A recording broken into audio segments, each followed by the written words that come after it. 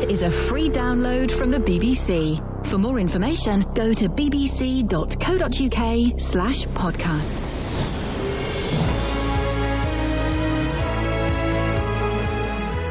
Hello, hi, bonjour, guten tag, morning, afternoon, evening, good night, well done you.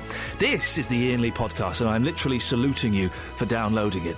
There are loads for you to get your hands on, so why don't you do what I like to do every once in a while, book a week off work, download them and listen to them whilst playing Grand Theft Auto 5. It's up to you, but do it.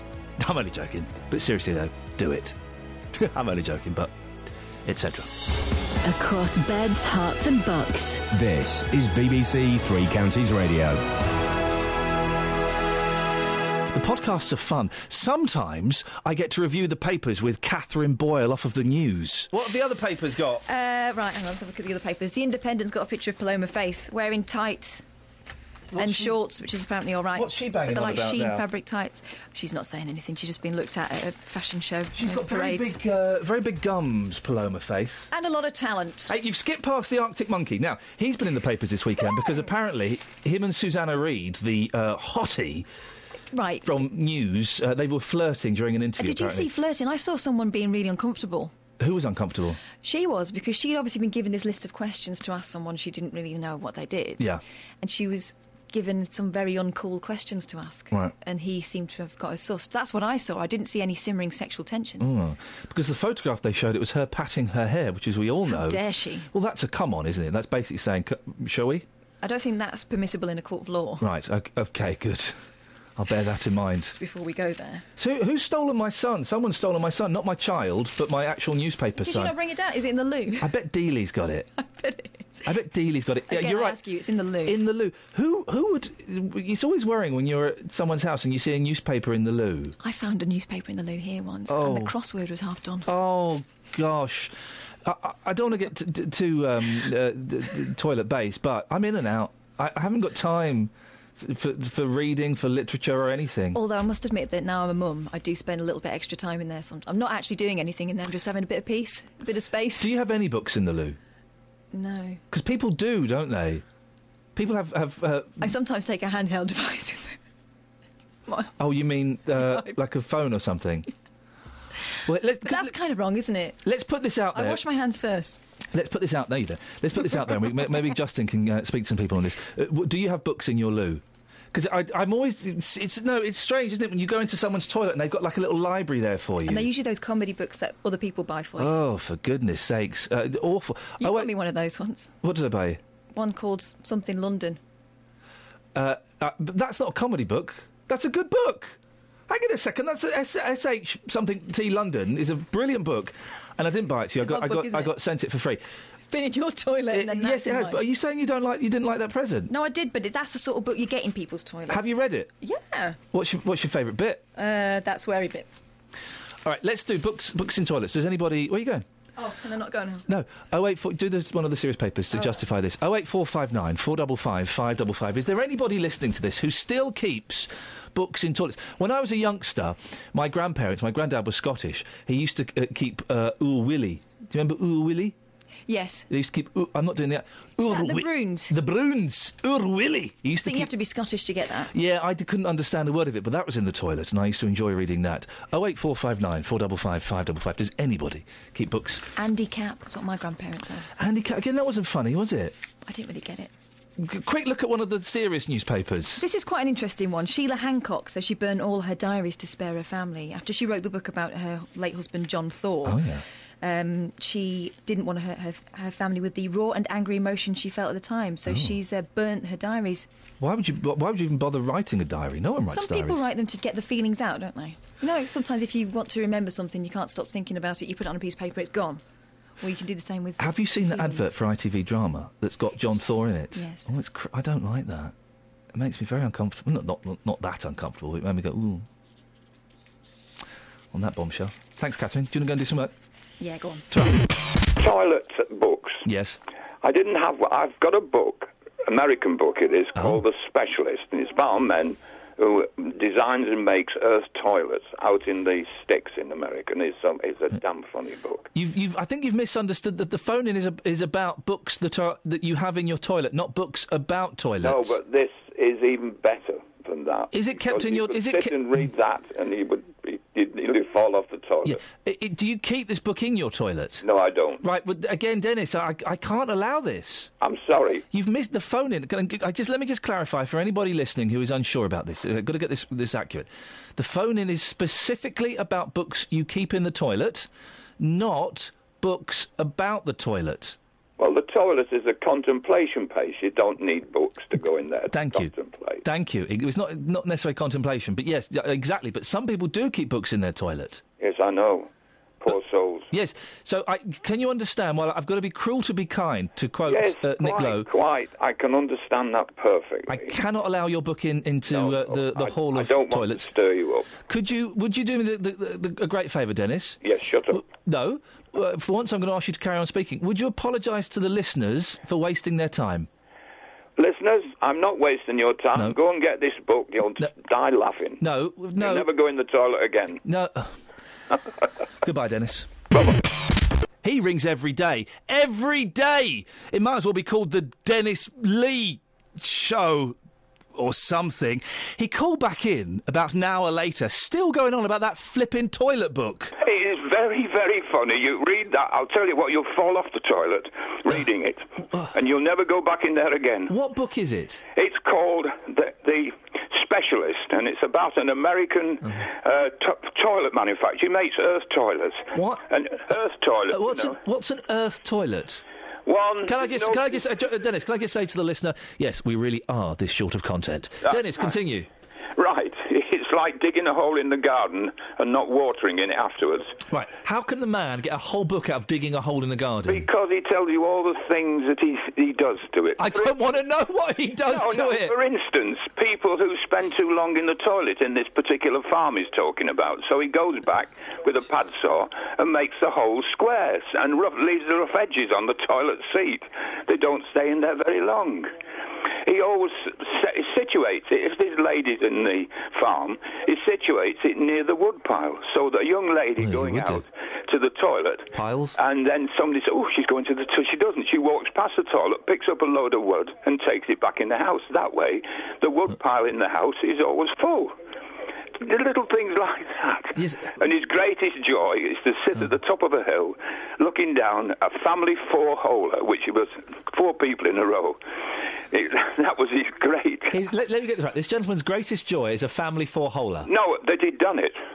And they were doing it. He could sit and watch these people going in the toilet on his absolute perfect toilet. So his idea of a good day was to sit on a hill watching people going to the toilet. Yes, he's enjoying his work. He's enjoying his work, well, like any builder would do. But when the Polish lads came and put in a new toilet in my flat or my house I lived in, I didn't then invite them round to watch me christen it. No, well, he didn't do that. He was very proud. He was being sneaky and was watching them on a hill with binoculars. I'm sure that Polish lad stood outside your house and looked back and thought, I've done a damn good job there. I hope he enjoys it. But again, Dennis, I cannot... Have you got the book there with you? I haven't. I've been searching frantically for it since the phone. Your missus has got rid of it? No, she hasn't. But if I find it, I promise you, I'll send it to you. Honestly, I don't know. You please. I do not want to see it. Why not? But I cannot... We're talking about books... In the toilet? In toilets, not books about toilets. Well, go and read the book about toilets in the toilet. I don't want to. I want to forget about toilets when I'm in there. Oh, dear. And the phrase that stayed with me this week is a family four-holer. You might be surprised to know that not everybody likes me or the show. Something about my attitude. I don't understand that, though, because I'm quite a nice guy. Very rarely do I lose my temper. I asked for coffee, not tea, you head. Sorry about that. Anyway, here's my attempt at winning a listener over, who, by the way, only listens because she can't turn her radio off. Justin, where on earth are you? Hello, Ian. You all right? What are you doing? I'm out talking to dog owners. Morning, Shelley. He wants to get... Yeah, don't swear. Don't swear. Don't swear. Who's that you're with? No, Right, don't swear. Don't swear. What's Shirley saying? And who is this Shirley? A lady has just come up to the car. I've got a call set in the mornings. We go out in a branded vehicle. Yeah. And she's seen that it says BBC Three Counties And she's a Radio big on fan of the show, is she? Well, she's a fan of the radio station, but clearly not a fan of you. She says, tell him he needs to shut his... I think you can leave the rest to your imagination. Well, can I speak to her? How come it's taking you an hour as well to get a vox pop about dogs? Well, because there's not many dog owners about. Hold on a second. Deary me. You sure you want to speak to her? Yeah, I'll speak to her. Just tell her to watch her tongue. Okay. Shirley, I've got Ian on the phone right now. Let's have a very quick chat with you, okay? Now, if I'm going to pop you through, you're not going to swear, are you? No, I don't swear. I'm going to pop you through. This is Iain Lee, okay, that clearly you're a big fan of. Okay, I'll put you on the phone too now. Hold on. Good morning, Shirley. Hello. Hello, Shirley. This is Iain Lee. You're live on BBC Three Counties Radio. Good morning. Good morning. Now, listen. Let's. We've got a beef between us. Let's sort it out. What's your problem with me? I don't like your attitude. What's wrong with my attitude? You talk about yourself a bit too much. Okay. So you don't find my showbiz lifestyle interesting? No. Okay. What would you like me to talk about more? I don't know. I don't care. But I want you, Shirley. I want you to care. I want you to care. I want to be able to start the show at 6 o'clock in the morning and know that Shirley's listening to me. No, I'm sorry. I turn you down when you come on. Now, do you turn me down or turn me off? I don't know how to turn you off. There we go. Well, that's I've something. got a new car, you see, so I'm lumbered with you. You can't. Oh, bless you. You can't turn the radio off in your car. I don't know how to. It's a new one. Okay, all right. And I don't like pressing buttons in case I mess it all up. You don't want to mess it up. Okay, let's try and find out. Who do you like on BBC Three Counties Radio? What about Jonathan Vernon Smith? Yes, he's all right. He talks about himself all the time, though. No, he doesn't. He talks about his Pinot Grigio or whatever the blooming stuff is. Okay, so you like JVS. He's good. What about Nick Coffer? Have you heard of Nick Coffer? No, I don't listen to him. Okay. Okay. Roberto... what's a Roberti Borelli, is it? Roberti Borelli, yes. Yeah, him. He's nice. Do you like him? What about Chetan Partak? No, don't listen to him. Don't listen to him. What about Helen Lee at the weekends? No. What do you think about David... I listened. The only time I've got my car radio on is when I am on my way up the park. Right. From 6:30 till 8 o'clock. Right. So that's me. 6:30 to 8 o'clock is me. I can't get away from you, can I? No, when you're on holiday, you have Justin on. And let's ask you the question. What do you think about Justin Dealey? Smashing. Do you not think he's a bit cheesy? No. A bit old-fashioned? No, if I was 50 years younger, it'd be my boy. Are you Justin's mum? No. Okay. I don't have that pleasure. No. Well, Shirley, listen, I'm going to work on making this show so that you like it. Oh, that's nice of you. I'm going to dedicate the rest of the show to you, Shirley. Oh, thank you very much. And so that you own this show. If at any point between now and 9 o'clock you don't like what you're hearing, phone us up and tell us and we'll change it immediately, I promise. Well, I'll tell you what you can do for me. Go on, Shirley. If you like it a little bit more. Yes. Play El Martino Spanish Eyes. I'm going to play it now. Are you haven't near... even got it. Well, no. Are you near your radio? No, I'm sorry. I'm just about to walk my dog. Walk your dog. I'll be playing it while you walk your dog, Shirley. Have you? I'm going to play it. Have you? Play it on a Saturday morning at 9:30. We've lost her. Shirley, it's lovely to talk to you and thank you for being a good sport, my love. Take care. And you better Justin. Thank you. No, honestly, don't worry. Thank you, Shirley. Wasn't she delightful? One by one, I'll get them. One by one. Has she got a radar diary? No, not bothered. The man wrongly accused of the murder of Rachel Manning 13 years ago is now looking forward to getting compensation for the time he spent in prison. Well, Barry White from Milton Keynes has submitted a second claim to the Ministry of Justice via his lawyers. He spent 6 years in prison and has been out for about 5 years and has still not received any compensation. Well, earlier this month, another man was sentenced for 19-year-old Rachel's murder. We can talk now to the Conservative MP for Milton Keynes South, Iain Stewart. Good morning, Iain. Good morning. It is just the most incredible story, isn't it? It is. I mean, I've been involved with this case for some time. Keith Hyatt, who was the other man wrongly imprisoned for this, is actually a close neighbour of mine. And I've been aware of the case and involved in it since 2005, so quite a few years now. And Barry has been out, I think, for about 5 years. Yeah.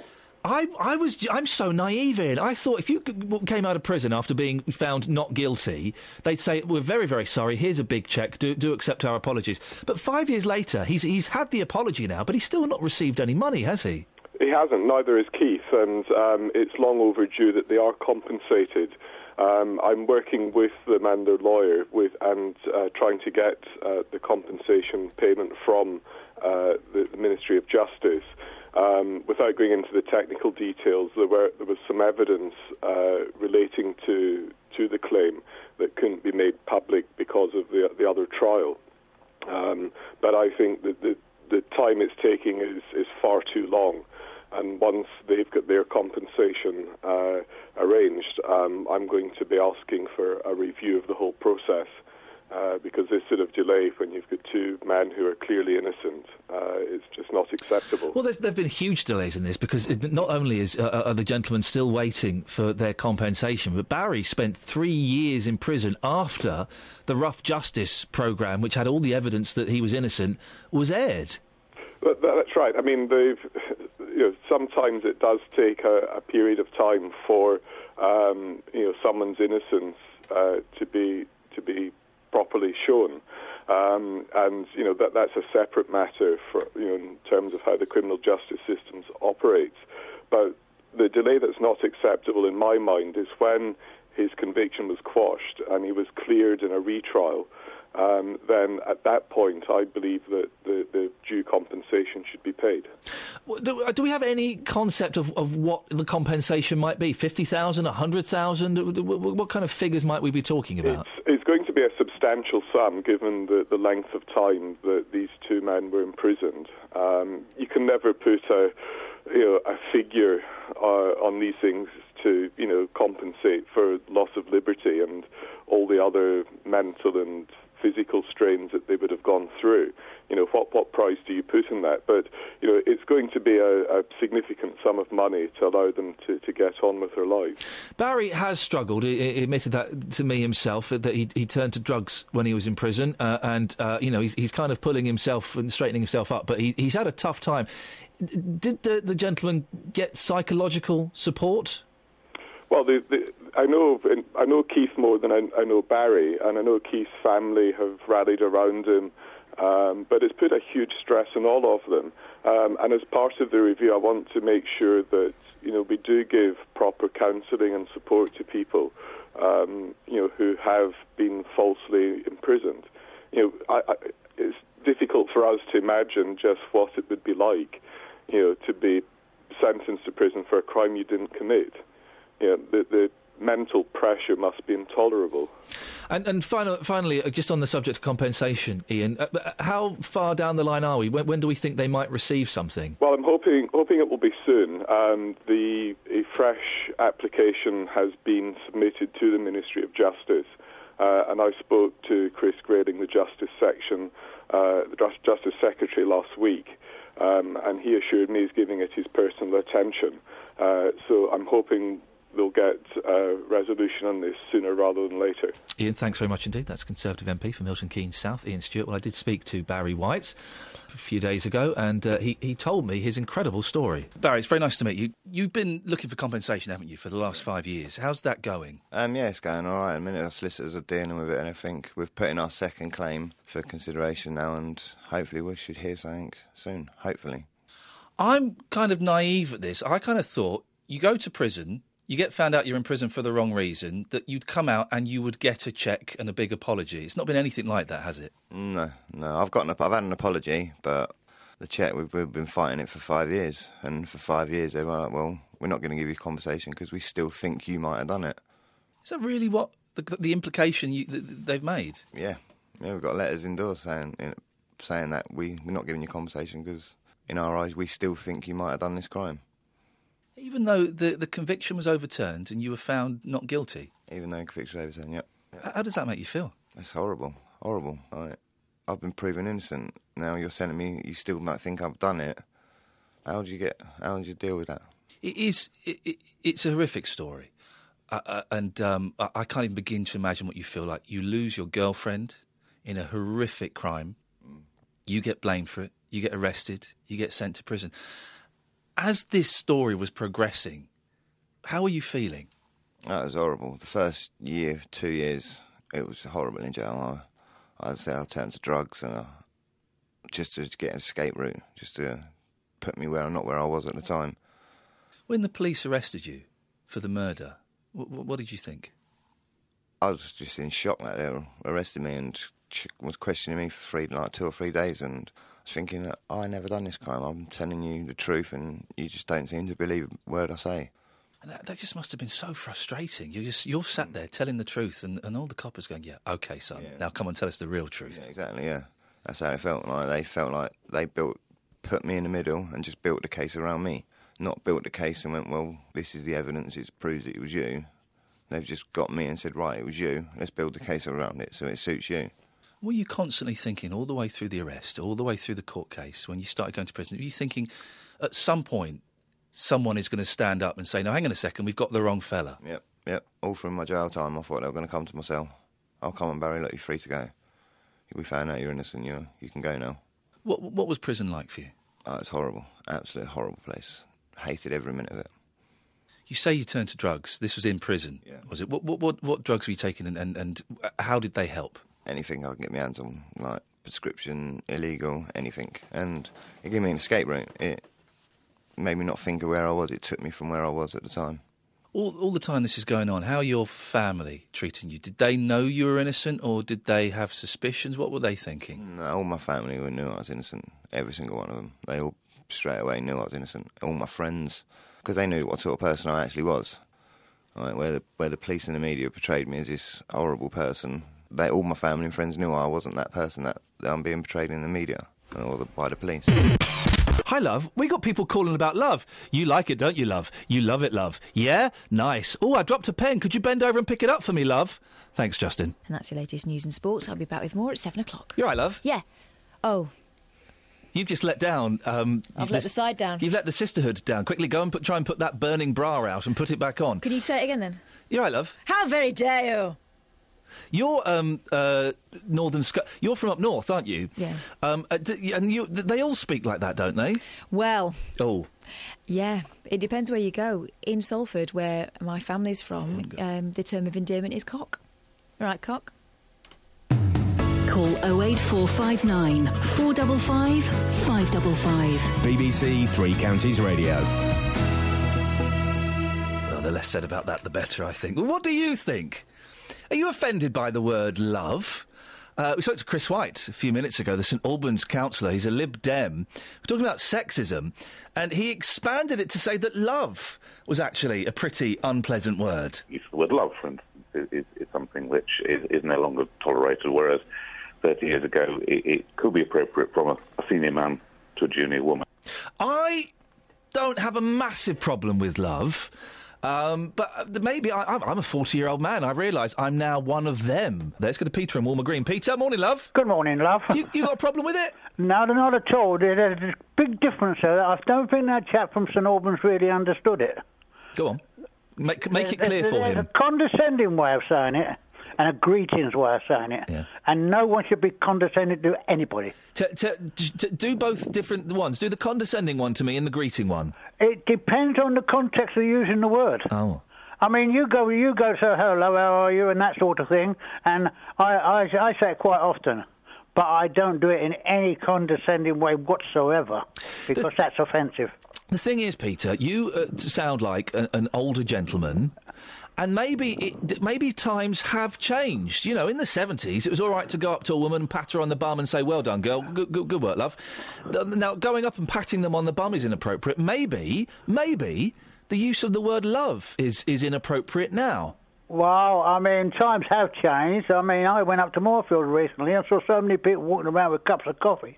Now, if they're not going to pride in themselves by eating and drinking before they come out, what sort of people are they? That's what I thought. Peter, good question there. Not quite sure. Let me just work out what the connection is between calling people love and having a cup of coffee in a hospital. Calling someone love, having a cup of coffee in a hospital, something to eat. The connection is... Joanne's in Harpenden. Good morning, Joanne. Good morning, Ian. You've called in about the subject of being called love. Yes, most mornings with my local workman, which I don't have a problem with at all. It actually just makes me smile, and I don't have a problem. Does it give you a warm, tingly feeling inside? It just cheers me up. I don't see the problem at all with being called love. I'm 41. I was going to say, you sound like quite a young lady. 41 is, well... Be careful. I'm 40. We're reaching the boundaries. Although a woman in a shop called me a young man the other day. Oh, I loved it. I loved it. You date a 30-year-old, so I'm kind of okay, I think. Okay. So who is calling you love? The workman. You're dead common, you are, aren't you? Local school. But it does. They've been doing it for, I suppose, about 4 months now. So, yes, and other things, but, keeping it clean. Well, hang on a minute, Joanne. What are you wearing as you drop your daughter off at school? Mini skirts and boots? I'm from Harpenden, Ian, no. No, OK. So we had it mentioned earlier on by St Albans Lib Dem councillor that that's actually bordering sexism. You disagree, Nonsense. Would you? Absolutely. Nonsense, no. Joanne, nice to speak to you, love. OK. Thank you very much. Hands up who's intrigued to know what other things the builders call her. Me. We found out what else the builders call her, and it was Foxy Mummy. Yeah, Foxy Mummy. I'm going to start a band called Foxy Mummy. Hi. Hi, Sarah. Hi. Hi there. Yes? So we're just talking about love. Yeah, do you mind being called love? So I do find it very patronising, I will be honest. Why do you find it so patronising, my dear? I don't know. I feel as though maybe they're putting themselves on a higher level than me, as in talking down to me. Isn't it just a term of endearment, though? So, again, I suppose I'm sitting on the fence, as in it depends who says it. If there's, maybe if it was my family member, yes.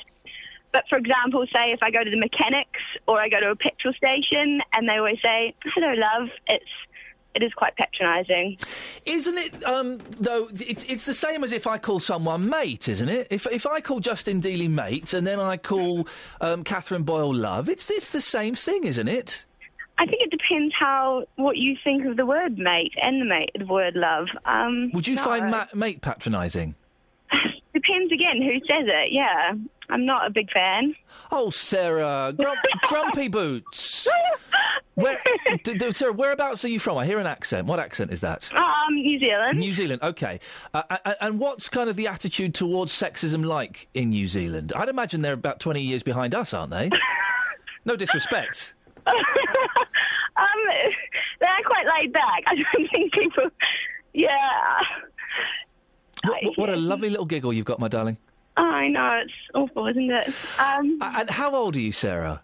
I'm 26. 26. OK, so you're significantly younger than me. So if I called you love, if you came into BBC Three Counties to be interviewed about the culture of living in New Zealand, and you came and I said, "All right, love, nice to meet you," you would take that as a bit patronising, wouldn't you, my dear? I would, yeah. Even though I have got this silly little giggle, I know that kind of makes me sound like a little girl. Yes, no, I do find it quite patronising. You have got a marvellous, cheeky little laugh that really does bring a smile to my face. So thank you so much for that, my darling. That's no problem. Thank you, Sarah. Justin, you're not a gamer, are you? No, not at all. You don't like it? Do you fancy coming around for a little session of the GTA? Tell me why I'll be interested in stealing, killing, torturing. Why would I be interested in that? Because that's not. You won't be killing, stealing, or torturing. You'll be playing a video game. But that's what they do in the video game. Yeah, but you're not doing it. This is the problem. You see. Go on. You're not doing that. You're playing a video game. It's like watching. It's like watching a movie. But why would I want to torture somebody on a video game? Okay. You're still torturing somebody. No, you're not torturing anybody, Justin. Maybe I'm not saying this clear enough. Let me say it in words of less than 2 syllables for you to understand. You will not be torturing anybody. You will be interacting in a video game. It's like watching a movie. No, it's not like watching a movie, because you're watching a movie, you're watching something in front of you, you're pressing the buttons on that computer, which is making the computer screen torture somebody, correct? Incorrect, because it's not torturing anybody. It's just a series of numbers and dots on a screen. You are not torturing a real person. Right, OK. Well, well done. No, well done. You lost the argument, so you backed away, and I appreciate that. So that's big of you. Game yet? I got sent it yesterday. Ah, right, so you're going to be playing it later on. Well, I've been trying to find out this morning, Ian, why people like you like this game and why people don't like this game. Here's what people had to say. You're a fan, aren't you, of these games? Yes, very big fan, yeah. Do you think they make you more violent? No, not at all, no. I mean, experts are saying they could do, but you've noticed no change in your behaviour or your friend's behaviour whatsoever? No, not yet, not yet. Not for the ones that have played it so far. What do you get from this, though? You know, shooting people, torturing people, what do you get from it? I think it's just, you can't do it in real life, so... It's the fantasy, then? Yeah, it's the fantasy, yeah. My nephews have already got it. So they're that keen, then? They're that keen, yeah. And how old are your nephews? One's 18, one is 15. And the one at 15 shouldn't be playing it anyway, should he? Shouldn't be playing it, and he's the one that's got it. It's the 18-year-old that got it for him. But I think they've been talking about it for many weeks now, just, that game. I mean, are you not concerned that your 15-year-old nephew will be playing this game, which features scenes of graphic violence and torture? Yep. I mean, I hope he's not influenced by the game. But I am worried. I was surprised when he showed me the picture, he's got it, so... Charlie, you're 18, so legally you can play Grand Theft Auto. Have you rushed out to buy the new game yet? I just got it yesterday after work. So you've already got it? Yeah. Is it too violent? It is definitely an 18-plus game, yeah. Zach, you don't play Grand Theft Auto. Can you tell me why? Too much killing and not really any real story behind the game. It's just kind of do this and do that. And what about friends of yours? Are they obsessed by this game? A few of my friends did go out at midnight to purchase the game, and I don't think they've been into work since. James, you've got 2 children. Yeah. Would you let them play Grand Theft Auto? No. And these parents that are buying these games for their children, knowing they're underage, do you think they're just naive? I think some are naive, but I think some of it is basically pressure, because I know there's children that... I've spoken to parents myself whose children are actually badgering them to get this game. You seen the film Scarface, Justin, with Al Pacino? No, I haven't, no. You seen The Godfather? Yes, I have, a long time ago. It's quite violent, isn't it? It's very violent, yes. Did it make you go out and be more violent? No, it didn't. Because you are a rational, thinking human being. But I'm just saying that sometimes an influence... you'd be shocked this morning, Ian, the amount of 14-year-old children that I've spoken to who have already got this game because their parents have gone out to buy it for them. That is bad. You've got to be 18 to play the game. No, you haven't. You've got to be 18 to buy the game. You don't have to be 18 to play the game. Is that right? That's correct. But yes, that is bad parenting. Definitely, I couldn't disagree with that. Have you found anybody this morning whose behaviour has been affected? Well, yes, somebody's friend. This is very, very interesting. This is Jig. Just take a quick listen to this. Jig, you're into these games as well. Sell it to me. What's so good about Grand Theft Auto? I think people like it simply because you can just do whatever you want. You can just steal a car and not face so much consequences. So the game takes you away from reality? Yeah. It takes you into a place where you can just do whatever pleases you. And the people that you've seen playing this game, have they changed as a person since they've been playing games like that? Yeah, some people I know have changed completely, and not for the better either. Can you tell us what you mean by that? I mean, I knew a guy that was... me and him were close, and then one day he's like, I'm just going to go steal a car. Do you want to come with me? I was like, nah, I'm okay. He got caught, yeah.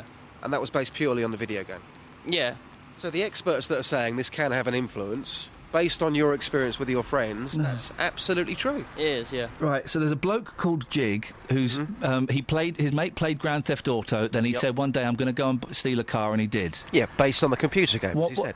Well, as Jig said, what evidence do we have that young man stole a car based on a computer game? Justin, come on, you're one of my favourite reporters. Where's the evidence here? Well, I'm only going on what he said to me. He said that since he started playing these video games, his close friend, his behaviour has changed, and he went out to steal a car because the video game you're talking about, that is not reality. That is fantasy. Correct. He took that fantasy out onto the streets when it became reality. I assumed you asked questions as well about the young man's mental health, about other things going on in his life, about possible drug use, about breakdown in family, things like that, to get the whole I'm only going picture. on what he's saying to me. He said to me the video game had an influence on his behaviour which made him go out and steal a car, and he got caught. That's what he said. Mark Chapman shot John Lennon I think 5 times. I think he fired 6. I think only 5 of the bullets went into him after he'd read the book Catcher in the Rye. Should we ban books? Look, with this video game, it is controversial, and I think, it depends on what sort of person you are. Clearly, you play the game, it doesn't have an influence on you, but if you're talking about young teenagers who are, mixed up at the best of times, and I was certainly a bit strange when I was growing up, I think a game like this could have a major influence, and experts are talking about it. Not all the experts can be wrong, can they? We should bring back Jet Set Willy and get the kids playing Manic Miner. That's what they need. Come on, you've got to admit, would you want if your children were 14 years old, would you want them playing this game? No, I wouldn't let them. 18? Yeah, 18. They're adults. They can do what they want. Probably 17, possibly 16. I'd let them have a go without my wife knowing. But but you're saying to me there's nothing wrong with this game, but you wouldn't want your children playing it. No, because it's not designed for children. It's an adult game. It's adult themed. I wouldn't let my 14-year-old son watch the Texas Chainsaw Massacre, although he'd probably sneak off and watch it somewhere else. I wouldn't let him watch. It's an adult themed game in the same way that. Saying that, but you could say alcohol's for adults. How many young kids drink alcohol? How many young kids smoke? How many young kids play these video games? They're always going to get their hands on it. Well, of course they are. What are you saying then, Justin? That we should ban alcohol? I'm confused. I'm not saying we should ban alcohol. I'm just saying that a lot of people that have made comment on this particular game would say that it is too violent, and that's even 18-year-olds. But I'm a grown man. If I want to play a violent video game in the privacy of my own home, I should be allowed to, shouldn't I? But we're not talking about 40-year-old men. We're talking about young kids that could be influenced by a computer game. I've got an idea, Justin, and this will solve everything. Go on. Let's ban young kids. Do you think? No, I don't think we should ban young kids. I was offering you an olive branch there. You can stick that... Anyway, Justin, lovely to talk to you. And you. See you later. Ta-ta. Oh, look, proper argument there between myself and Mr. Dealey. He was getting angry. This is going to continue in the office, I guarantee it. This week I had a call to the show, and it was the best call I've ever taken whilst working in radio. And I'm not saying any more than that. And just to add suspense, I'll play it to you after we hear our political reporter, Paul Scoins, laughing at a dog. Picture. There's a picture of a dog. And now back to the best call I've ever had on Three Counties Radio. After you hear Catherine Boyle off the news cheer on Luton Town Football Club. And now back to the best call I've ever heard on BBC Three Counties Radio. After you've heard Justin Dealey saying something out of context. Justin Dealey. OK, here it is, the best phone call I've ever taken. It's not the best, but it's quite good. Paul's in Elstree. Morning, Paul. Hello there. Hello. All well? Hello. Well. Yes. Yes. Okay. Yeah, and I was just phoning about to say that I just think the whole thing now has got ridiculous in terms of how sensitive people are to this issue. To me, I'm of an era where if you patted your secretary on the shoulder or something because she did a good job, and now somebody would say you're sexually harassing her in the office place. It all seems a bit. Let's try and find. May I ask how old you are, sir? Well, I'm in my 60s. You're in your 60s, OK, because I do think that's relevant in this. Let's try and find some boundaries. Would you have a problem with calling a woman love? I would more likely say my dear, but no, love wouldn't worry me at all. My dear, my love. Some people, OK. And you say your female secretary, if she does a good job typing up her shorthand that she's taken from your dictation, you would pat her on the shoulder and say, "Well done, my dear." Yeah, I mean, I drew a limit to having her sit on the lap or something. I always thought that was a bit going too far. But did that happen then? Back in the day? Yeah, in my office it would do on occasions when we were having kind of whiskey on a Friday afternoon or something, and things got a bit more familiar. But generally it was not acceptable. But certainly if the secretary went off to get you a nice cup of coffee or something, it wasn't meant as some sort of sexist rival battle going on. It was just the norm for that environment of that era. It feels like I'm in an episode of Mad Men. So, having never had a proper job and certainly never worked in the 70s or the 80s, so on a Friday afternoon, what line of business are you in? Don't give any company names, but what kind of business were you in? Well, this was to do with a legal situation. Okay, so in a legal office on a Friday afternoon, you've solved a few cases, you've got a few people off, you've sent a few naughty people down. You'd all get the gentlemen would all get the whiskey out, and the secretaries would sit on their laps. On occasions, but it wasn't a norm. It wasn't kind of expected on part of their job description, but it was familiarity of a different era. A little that's now frowned upon, I think. A little back rub? I suppose so. Yes, a kind of massage if somebody feels a bit tight on their shoulders or something because they've been tense over a typewriter or something. I don't know. It was all part of the office atmosphere. It wasn't people being harassed in that sense. It was just a pat on their bottoms. I've seen it, but I'm not personally consider that's particularly a good idea. But dropping a pencil so they have to bend over and pick it up. Well, that's happened. Yes, that's happened. Yeah. Of course, it depends. You know, if it's a lady of a certain era, you probably wouldn't bother. But if it was somebody of another era, then perhaps some of the younger colleagues might have thought that was a good little wheeze to enjoy. My dear, I've dropped a pencil over there. Would you mind picking it up for me? Well, that's it. You know, they were grateful for those secretarial jobs. They enjoyed doing it. There were perks to it. It was all part of life. It wasn't of them enough. And do you think, Paul, that we've got a little bit too sensitive these days? Far too sensitive. Yeah. Everybody seems to be on a knife edge about something or another. Everybody seems to want to make an issue of things, which it seems unnecessary. I mean, everybody should know their limits and their boundaries, and if somebody's uncomfortable with the situation, you don't do it. What do you think? Just final question, because we're running out of time. I'm finding this absolutely fascinating. I'm not judging you in the slightest. I'm genuinely finding this fascinating. Well, I'm sure in show business you're much the same, aren't you, really? What? Well, I'll see if producer Tara will sit on my lap later on in the week after a few whiskies. Try it out. Well, let's ask her. Producer Tara, what are the chances of us sharing a whiskey after Friday's show and then you just popping on my lap? I don't like whiskey. It's not a complete no, is it, Paul? No, you noticed that. It wasn't anything to do with sitting on the lap. No. It was only about the particular drink. Finally, Paul, what do you think that these secretaries were saying in the typing pool about your colleagues who were indulging in this behaviour? Well, they probably thought, well, that'd be good for a meal. What did I tell you, huh? Interesting. It's like an oral history. Here's a woman talking about pants and badgers. Good morning to you, young lady. Good morning. I spoke to you last Monday morning. What were we talking about? Badgers. Oh, badgers. Oh, badgers. Oh, you never sent us pictures. Oh, we did. We didn't get them. No, you didn't. Right. All right, we'll get them off to you. I'm so sorry. Yeah, you're lucky you're allowed back on after that faux pas. Oh, I'm so sorry. Yeah, for those who know, Angelina was at a badger protest. They had to dress in black and paint their faces white. Absolutely, okay. Absolutely. And then poor old badgers, they're still getting gunned down, you know, so let's keep on supporting the badgers. Yeah, well... In the meantime, yes. Pants. Yes.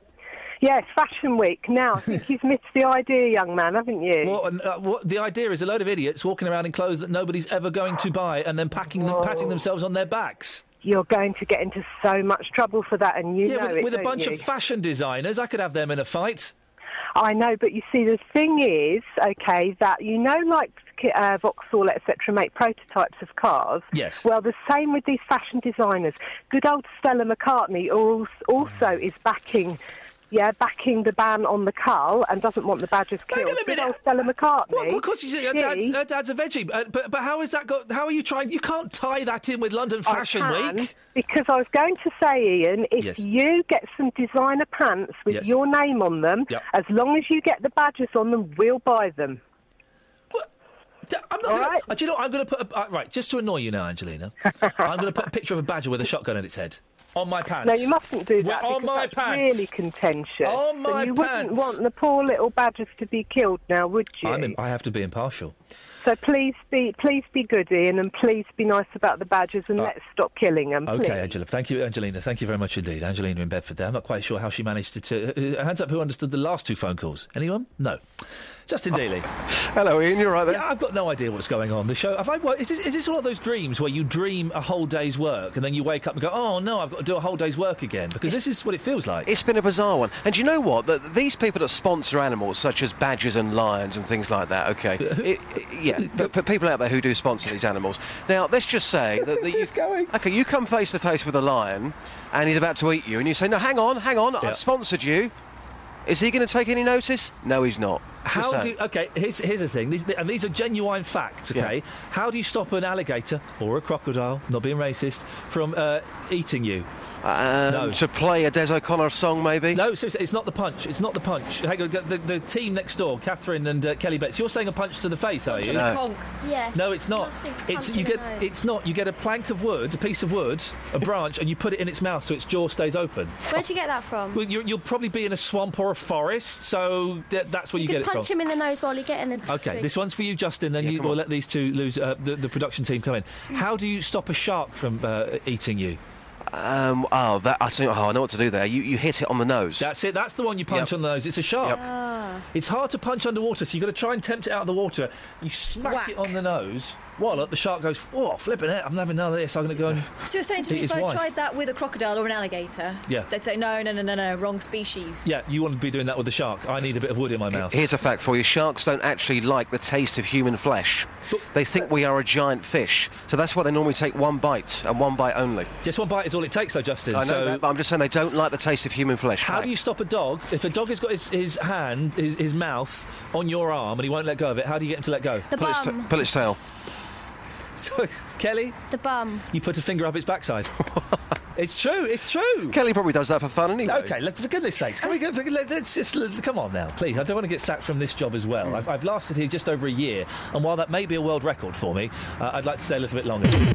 I spoke to a gentleman called James Shaddock. I do worry if Mr. Shaddock is taking things perhaps a little bit too far. We clashed over some of the behaviour he thinks is inappropriate. I think sexism and sexual harassment can be a very subjective thing, and what one person may see as harassment or inappropriate behaviour, another may not. But it's about creating a system of accepting consent and accepting that your behaviour may have a negative impact on someone. So, for example, if you are meeting someone you may have never met before, then it is inappropriate to, lean in and hug them or touch them in a way that may make them feel uncomfortable. Hang on, are we saying the hug is now inappropriate when you meet someone?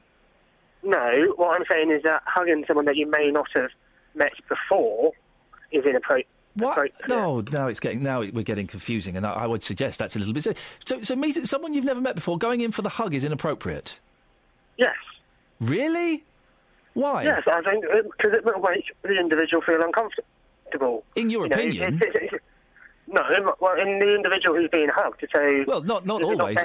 In your opinion, it makes the individual feel uncomfortable. I know examples of when it doesn't make the individual. Several of the individuals who spoke at the Fringe meeting said that they found that was inappropriate. That it was inappropriate for other individuals who they'd never met before to greet them for the first ever time by the kiss? Putting their arm around them. Well, that's fine with someone who you are on that level of a connection with. But it's not the kiss on the cheek when you're introduced to someone, is that appropriate? No, James. I have to suggest that you are taking this much too far. It's now common in this. I mean, it's a European thing that's come over here. It's now common to kiss people on the cheek when you're introduced to them. Yes, but not for complete and utter strangers that you've never. Yes, James, it is. Before. It is. I'm afraid it really is. Well, that may be what you believe. However, James, it's what people. It's what happens. It's what happens. I've seen it happen. I've had it done to me. I've done it to people. That makes the individual uncomfortable. Well, then that individual is made to feel uncomfortable and feels like someone has acted inappropriately towards them. Well, then they are entitled to their feelings. But I'm afraid that the majority of people, I believe, would not think that the kiss on the cheek or even the double kiss, which is now very, very common practice in all walks of life, when you are introduced to somebody, is not inappropriate. Listen. That is not your judgment to make. That is the judgment of the victim. James, listen, a pat on the bum, or, a cheeky wink, a touch on the shoulder, yes, that's probably inappropriate. But you cannot say that the double kiss, often the air kiss, is inappropriate. Who gives you the right to say that? It's about making sure that there's a standard where no one can feel threatened. So what do? We just go up to each other and we don't touch each other in any way whatsoever? No handshake? No. No, you can still offer the handshake, and as one of the speakers at our Fringe said, that is exactly what she does with people that she's never met before. She immediately offers her hand to avoid people or hugging her inappropriately, leaning in for an inappropriate kiss, or doing any other touch that she deems inappropriate. Because it's up to the individual on the receiving end to judge. Well, if someone goes in for the kiss, James, and they don't want it, then the person pulls away. That's all they need to do. I'm afraid that you are incredibly out of touch if you do not think that a kiss or a double kiss is now pretty much the normal greeting for someone you're just meeting. I would say that you're actually the one who is out of touch, and actually what you're putting across is a point of view that actually is seen as very much outdated by a large no, James, the kiss. People that no, I've been working with and been talking. Well, no, James, not at all. It's not outdated. It's quite a recent introduction. I would say within the last 5, 6, 7 years. So I'm not coming from some 70s, "You're all right, love," pat on the bum background. I'm coming from a modern, sensitive background. No, I'd still say that what you're still describing does make people feel uncomfortable, and that is why. Well, in your opinion, we need to make sure that we have a way James, of behaviour, especially within the realms of politics and public life, where people don't do that with people they've never met. Okay, before. so let's. It's This totally is appropriate with someone that you may already have that level of connection with, but it's not appropriate with someone that you've never met before. In your opinion, James, it's not appropriate. Now, what is in the opinion of many others? Okay, well, James, listen. You've brought up the opinion line. So, in the opinion of many others, it is appropriate. What's the James Shaddock way of meeting somebody? Then, what should we all be doing? We should just be basically responding to the body language. Tell me what to do, James, because I'm obviously completely out of touch. I obviously completely don't get it. So, what's the James Shaddock way of greeting somebody you've never met, so that everybody feels comfortable?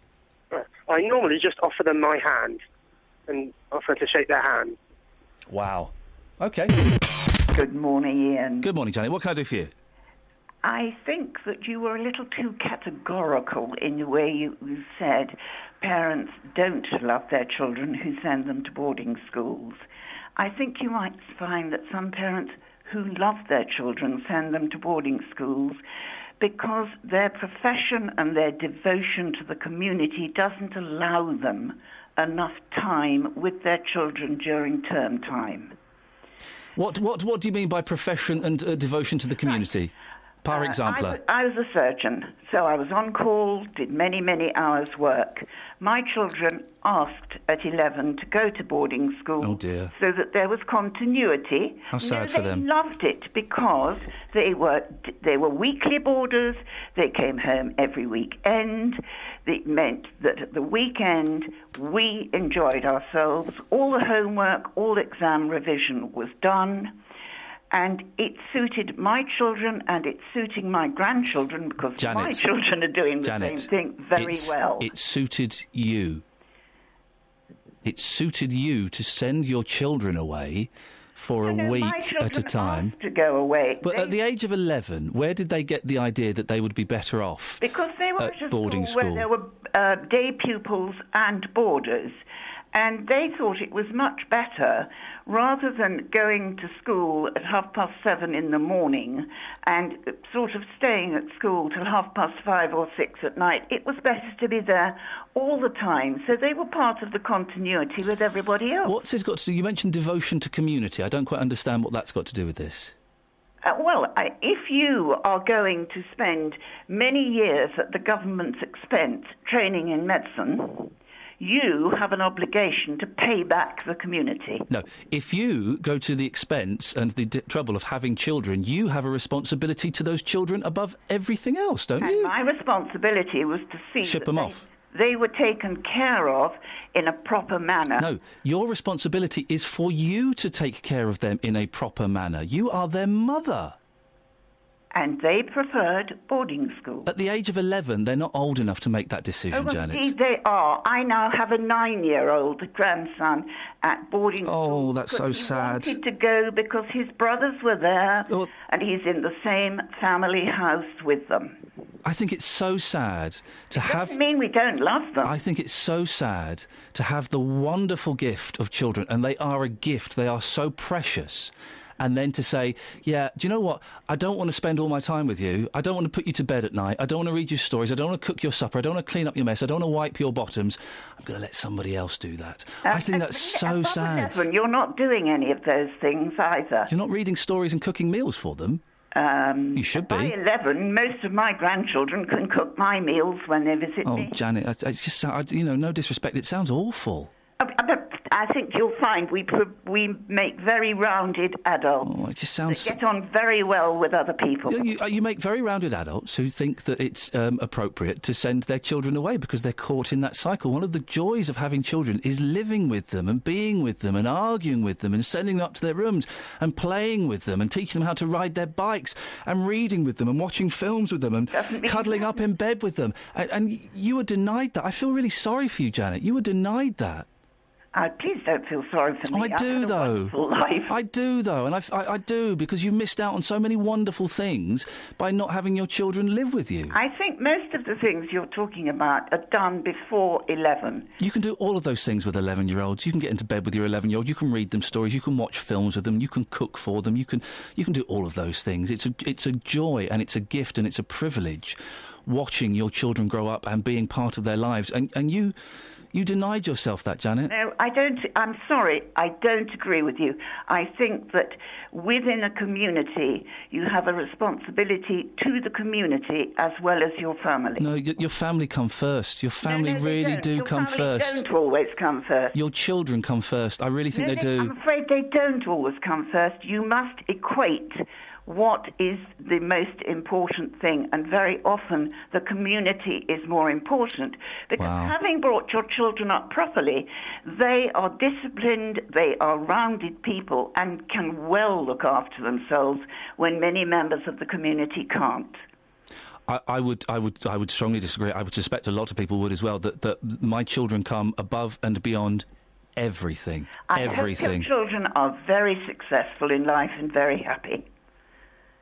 Well, I thank you very much. That's very kind. But again, I reiterate, my children are more important to me than anything. More important than this job.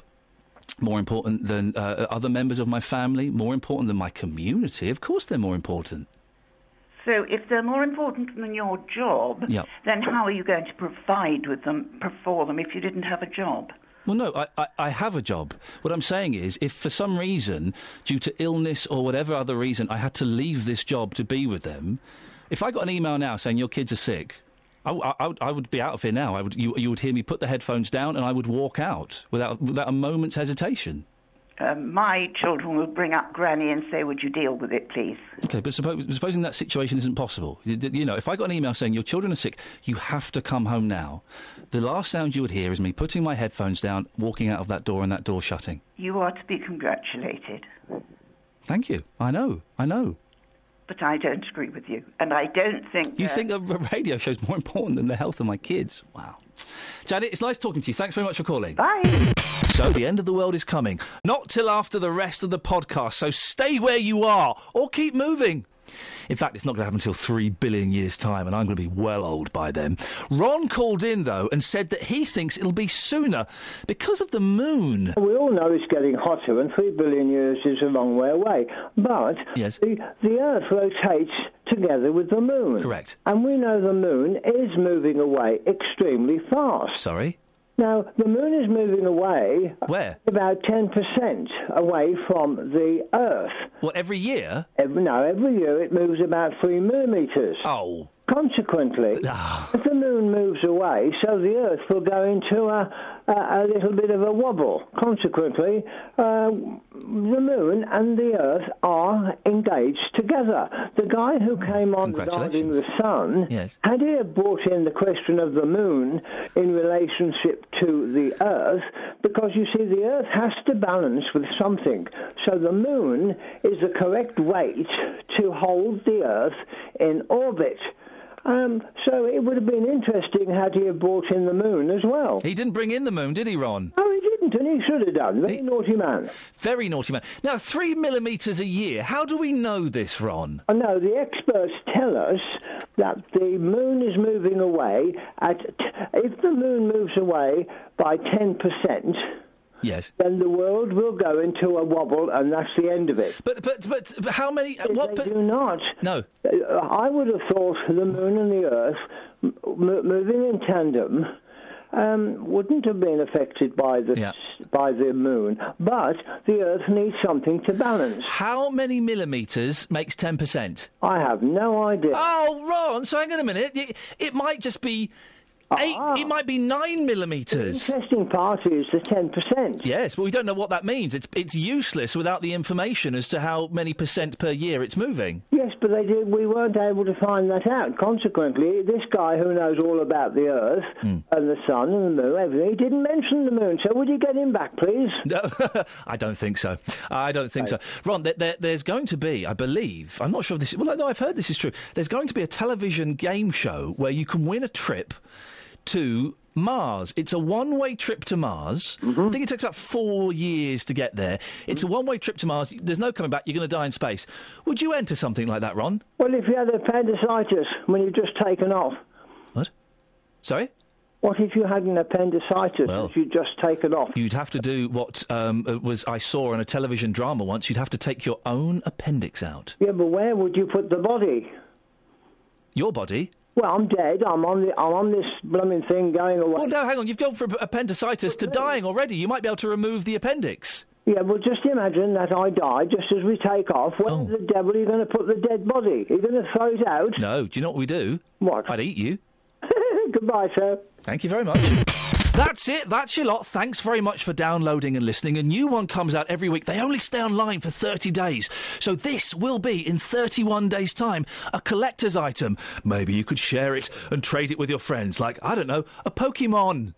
You can listen to me live every weekday morning between 6 and 9 on BBC Three Counties Radio, or you can go to the BBC iPlayer, type in my name, I'm not telling you what it is, and look for me there.